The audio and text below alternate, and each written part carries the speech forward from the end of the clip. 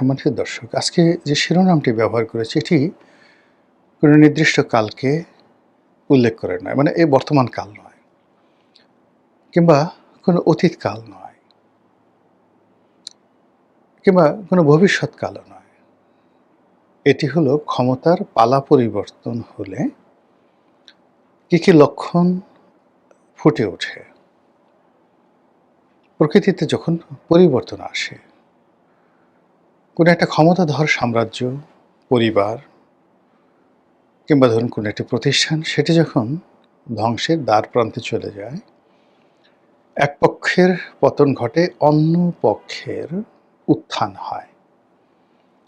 ঠিক ওই সময়টাতে যে একটা প্রাকৃতিক অবস্থা বিরাজ করে সমাজে, দেশে, সংসারে, রাজ্যে, ঠিক সেই কারণগুলো যদি আপনি বুঝতে পারেন, তাহলে আপনি বুঝতে পারবেন যে আপনার দেশের বা আপনার সমাজের বা আপনার পরিবারের গণেশ উল্টে যাচ্ছে কিনা।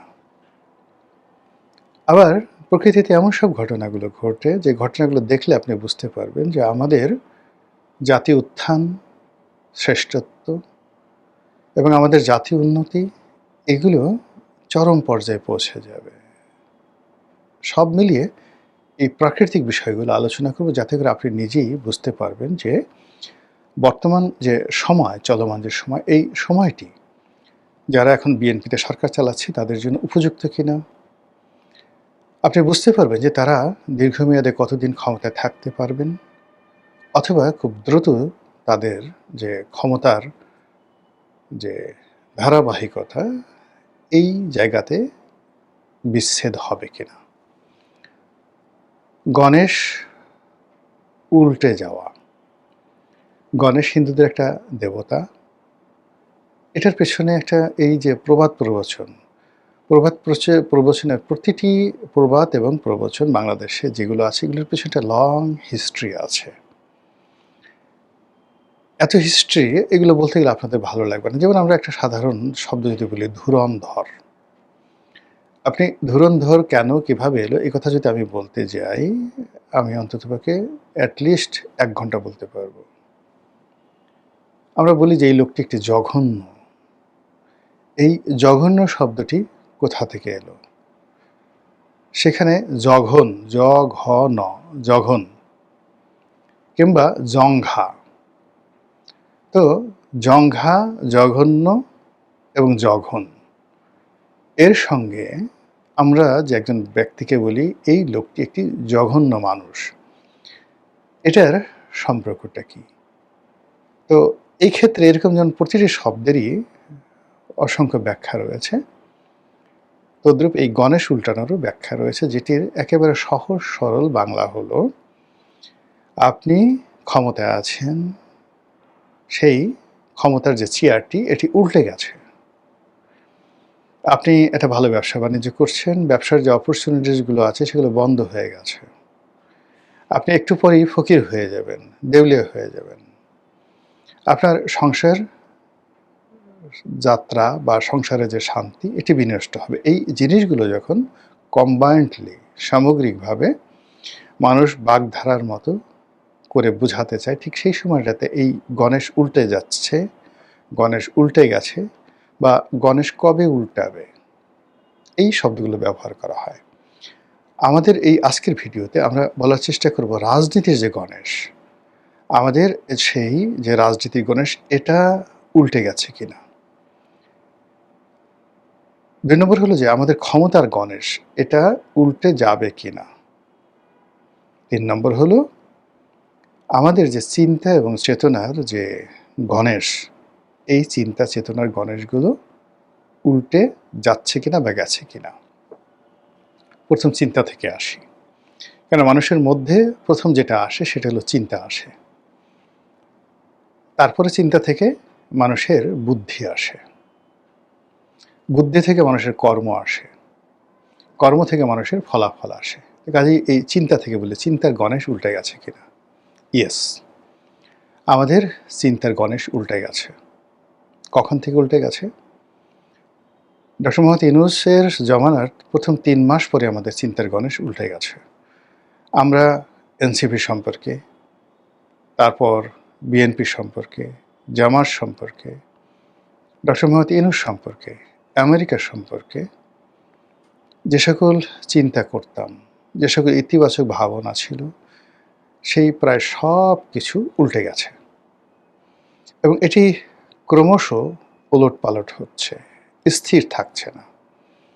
গত 2 বছরে আমাদের এই চিন্তার যে গণেশ, এই চিন্তার গণেশ অন্তত 2 বছরে প্রতি মাসে 30 বার করে হলে 24 × 30 তাহলে কতবার হয়? 3 24 72, 720 বার আমাদের এই আরও 7200 বার, মানে 24 × 30 24 মাস। তো 24 মাসে প্রতি মাসে মানে যদি পাল্টে থাকে তাহলে 720 বার পাল্টে গেছে। আর যদি আরও বেশি পাল্টায়, দিনে কয়েকবার পাল্টিয়েছে। তো এরকম একবার ডানে, একবার বামে, একবার উপরে, একবার নিচে, এরকম করতে করতে আমাদের চিন্তার মধ্যে যে অস্থিরতা এসে গেছে, স্থিরতা নেই। ফলে আমরা এই অস্থির মনোবৃত্তির কারণে 24 ঘন্টা 24 আওয়ার্স কোনো একটা বিষয়ের উপরে নিজেদের মন, মানসিকতা, চিন্তা, চেতনা, সিদ্ধান্ত আমরা স্থির রাখতে পারছি না। আমাদের মনে হয়েছে ডক্টর মোহাম্মদ ইউনূস ভালো, আবার একটু পরে মনে হলো খারাপ, এবং আমাদের মনে হয়েছে জামাত ভালো, সৎ মানুষ করবে, তারা ভালো করতে পারে, একবার চেষ্টা করে দেখি, একটু পরে মনে হয়েছে আবার খারাপ, আবার মনে হয়েছে এনসিপি ভালো, আবার মনে হয়েছে চরমোনাই ভালো, আবার মনে হয়েছে না তারেক রহমান সাহেব ভালো, বিএনপি ভালো, সালাউদ্দিন সাহেব ভালো, আবার মনে হচ্ছে না না যেই লাউ সেই কদু। এই যে অস্থিরতা, ইট মিনস আমাদের চিন্তার যে গণেশ সেটা উল্টে গেছে। অন্যদিকে যদি আপনি রিভার্স ধরেন, যারা আমাদেরকে 17 বছর শাসন করেছে, আওয়ামী লীগ খুব খারাপ, শেখ হাসিনা খুব খারাপ, দেশের টাকা পাচার করেছে, এই বিষয়গুলো খুব জনপ্রিয় ছিল। আওয়ামী লীগের সব লোককে ধরতে হবে, মারতে হবে, এদের মালামালগুলো নিতে হবে, লোকজন কিচ্ছু বলবে না, এটা ছিল। কিন্তু উইদিন 3 মাস, অর্থাৎ 2024 সনের জুলাই আগস্ট, আগস্টে গেল, সেপ্টেম্বর, অক্টোবর, নভেম্বর থেকে আমাদের চিন্তার গণেশ উল্টাতে থাকলো এবং আওয়ামী লীগের প্রতি সহানুভূতিশীল হতে হতে হতে হতে এখন আওয়ামী লীগের জনপ্রিয়তা যে কোন পর্যায়ে আছে, আরশের মালিক আল্লাহ ছাড়া আর কেউ জানে না। গেল চিন্তা। চিন্তার পরে মানুষের যেটা হয়, চিন্তা থেকে আমি বললাম যে চিন্তা থেকে তার বুদ্ধি আসে, বুদ্ধি থেকে কর্ম আসে। তো আমাদের এই চিন্তার জগতে আনপ্রেডিক্টেবল চিন্তার কারণে আমাদের যে কোনো কর্ম, সেই কর্মের ধারাবাহিকতা আমরা গত 2 বছরে রাখতে পারিনি। আমরা 2 বছরে ব্যক্তিগতভাবে কোনো দোকান দেইনি, কোনো ব্যাপক হারে আমাদের জনগণ চাকরি পায়নি, বিদেশে যায়নি, শিল্প কলকারখানা করেনি, বাড়ি গড়েনি, গাড়ি করেনি, মানে গাড়ি কিনেনি, এমনকি বিয়ে থাও অন্য সময় যা করে তার চেয়ে কম হয়েছে। এমনকি যদি এই 2 বছরে আপনি দেখেন আমাদের যে বার্থ রেট, মানে সন্তান উৎপাদনের ক্ষমতা, এটা অর্ধেকে নেমে এসেছে। বোঝার চেষ্টা করুন তাহলে আমাদের চিন্তার কারণে, আনপ্রেডিক্টেবল চিন্তার কারণে আমাদের যে দৈনন্দিন জীবনের যে কর্ম, সেই উৎপাদন, তারপরে শেষে আমাদের ঘুম, খাওয়া দাওয়া যা কিছু রয়েছে, সব কিছুর গণেশ উল্টে গেছে। আমরা সর্পিল গতিতে এগোচ্ছি, ডানে তাকাচ্ছি, বামে তাকাচ্ছি, স্থির হয়ে একটি নির্দিষ্ট গন্তব্যের দিকে যেতে পারছি না। ফলে সব কিছু এলোমেলো হয়ে গেছে। এরপর আসুন আমাদের স্বপ্ন। এই মুহূর্তে আমাদের কোনো স্বপ্ন নেই, স্বপ্নের গণেশ উল্টে গেছে।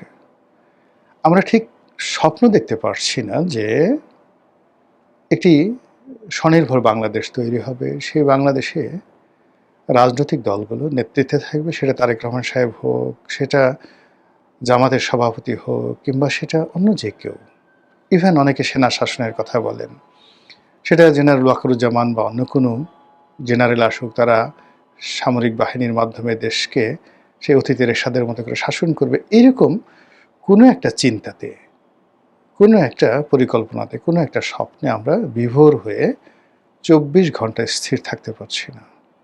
এমনকি নিজের ঘরের মধ্যে আমরা যে সকল চিন্তা করছি, সেই চিন্তার সমমনা একজন সিঙ্গেল লোককে আমরা পাচ্ছি না, সবাই বিচ্ছিন্নভাবে যার যার মতো ছুটছে। এরপর আসুন রাজনৈতিক দলগুলো। ধীরে ধীরে আমরা আসছি ক্ষমতার প্রেক্ষাপটে রাজনৈতিক দলগুলো। রাজনৈতিক দলগুলো অনেকটা ধরুন, আপনি কি বলবো, আপনি একটা চৌবাচ্চার মধ্যে ছিলেন, বিশাল একটা চৌবাচ্চা বা একটা পুকুরের মধ্যে ছিলেন।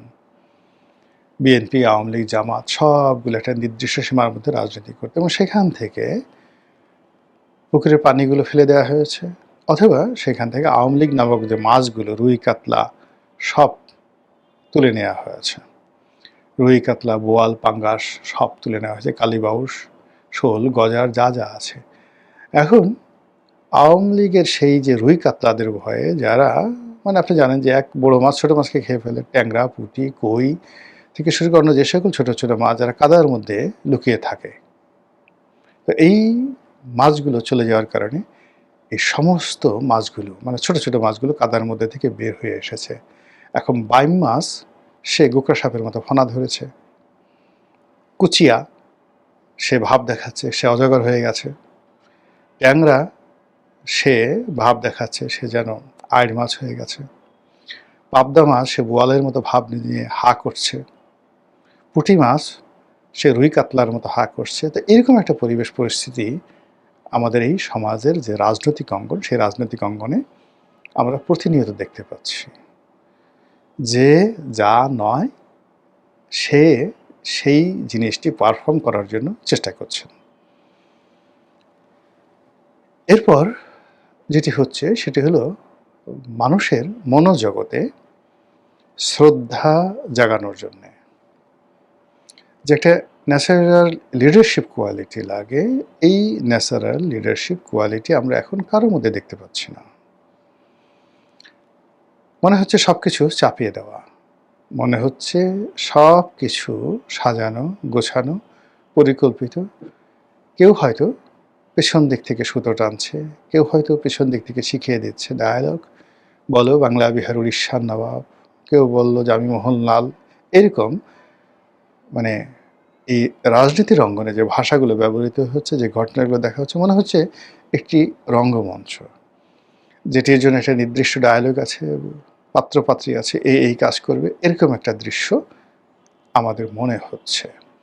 আর এই মনে থাকার ফলে আমাদের যা হয়, সারা রাত জেগে আমরা যাত্রা গান দেখি, নাটক দেখি, সিনেমা দেখি, আর ওখান থেকে বের হয়ে আসার পর মুহূর্তের মধ্যে আমরা ভুলে যাই এবং আমরা আমাদের জীবনযুদ্ধে ঝাঁপিয়ে পড়ি। তো আমাদের এই রাজনৈতিক অঙ্গনে প্রায় প্রতিদিনই যা কিছু ঘটছে আমরা যখন দেখছি, বিমোহিত হচ্ছি, বিরহ বেদনায় কাতরাচ্ছি, কখনো রাগ হচ্ছি, বিরক্ত হচ্ছি, কখনো ক্ষেপে যাচ্ছি, আবার সেই দৃশ্যের বাইরে এসে জীবন যুদ্ধের যে সকল উপকরণ রয়েছে সেগুলো দ্বারা মারাত্মকভাবে আমরা ক্ষতিগ্রস্ত হচ্ছি। এই হলো রাজনৈতিক অঙ্গন। ক্ষমতার একটা সার্বভৌমত্ব থাকে, ক্ষমতার একটা প্রাকৃতিক বৈশিষ্ট্য থাকে। ক্ষমতাবানরা কখনো ক্ষমতা দেখিয়ে, ক্ষমতা প্রয়োগ করে নিজেদেরকে জীবনে কখনো ক্ষমতাধর প্রমাণ করতে পারেনি। এটা একটা প্রাকৃতিক বৈশিষ্ট্য। যেমন ধরুন একটা বাঘ, একটা গোকরা সাপ, একটি সিংহ, একটি জিরাফ, একটি হাতি, এদের আকার আকৃতি শারীরিক গঠন হুঙ্কার সব কিছু দেখেই আপনি এদের ক্ষমতা এবং এদের কর্তৃত্ব বুঝতে পারবেন। ফলে হাতির কাছে কখনো হায়না ফাজলামো করতে যায় না। আবারও বলছি, হাতির কাছে হায়না কখনো ফাজলামো করতে যায় না।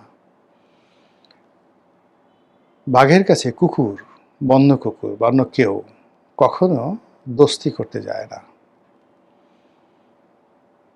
জেব্রার পায়ের কাছে, ধারের কাছে কখন অন্য কোনো প্রাণী যায় না। পৃথিবীর সবচেয়ে শক্তিশালী লাথি জেব্রা দিতে পারে। এভাবে প্রতিটি ক্ষমতা, প্রকৃতির প্রতিটি ক্ষমতা আল্লাহ রাব্বুল আলামিন এমনভাবে তার সৃষ্টির মধ্যে ঢুকিয়ে দিয়েছেন, এটা কেউ কখনো প্রদর্শন করে না।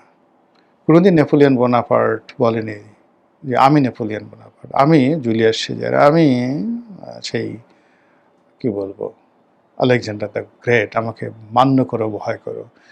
তারা যেখানে এসেছে সুনামির মতো এসেছে, তারা যেখানে গিয়েছে তছনছ করে দিয়েছে। তাদের উপস্থিতি, তারা আসবে, এই বাতাস বলে দিয়েছে যে চেঙ্গিস খান আসছে, হালাকু খান আসছে, পৃথিবী কম্পন তৈরি হয়েছে। কিন্তু আপনি শাহেনশাহ আকবর, মাদ্দাজিল্লুহুল আলী, টিডিক্কার বাবা হজরত তেনামিয়া এখন আপনাদের মধ্যে তশরিফ আনবেন, তালিয়া বাজাও, এইভাবে বলে কয়ে দেখিয়ে সানাই নহবতবাজি আপনি কাউকে নেতা বানাতে পারবেন না। নেতাকে দেখলেই আপনার মনে হবে যে এই এক অপূর্ব মানুষ। খুব ছোট, খালি গায়ে ঘুরে মহাত্মা গান্ধী, খুব ছোট, সাধারণ ভাষায় চলে জওহরলাল নেহেরু, কিংবা বঙ্গবন্ধু নেতাজি সুভাষচন্দ্র বোস, কিংবা ধরুন ইয়াসির আরাফাত অথবা নেলসন ম্যান্ডেলা।